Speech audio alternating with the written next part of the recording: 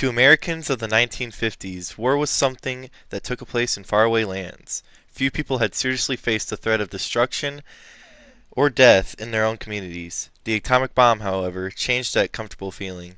With the bomb came the realization that devastation could come to them with no more warning than a wail of an air siren. How could Americans living in such a world protect their families? Some sought protection in backyard bomb shelters. Homeowners across the country were urged to install underground bunkers, complete with supplies of food and water that would help them and their loved ones survive a nuclear attack. The atomic bombs that the United States used at the end of World War II had changed the world. Their terrible power persuaded Japanese leaders to do what millions of Allied soldiers had been unable to get them to do: surrender. Military strategy will never be the same. American leaders chose not to use nuclear weapons during the Korean War. Nevertheless, these weapons were clearly a key part of the nation's military future.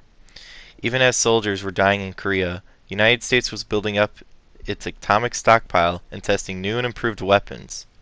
Nuclear testing took place in a variety of locations, including New Mexico, Nevada, Colorado, Mississippi, and Alaska. Among the weapons being studied during this time was a different kind of nuclear device: the hydrogen bomb. The atomic bombs that destroyed Hiroshima and Nagasaki used the energy that came from splitting apart atoms. The new hydrogen bomb would get its power from the fusing together of hydrogen atoms. Fusion is the same process that creates the energy of the sun and stars.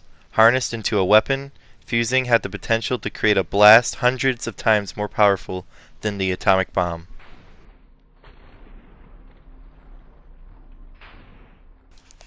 The hydrogen bomb was so devastating that some scientists argued against ever building it.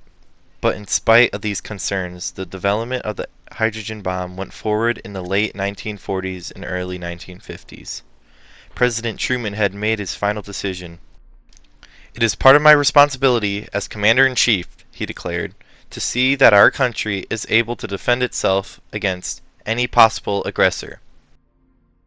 Truman did not want to take the chance that the Soviet Union would develop its own hydrogen bomb that would give the Soviet Union a significant military advantage over the United States. By 1952, scientists have solved the difficult technical challenges of building a hydrogen bomb. On November 1st, they've tested it. The blast was beyond anything they had imagined.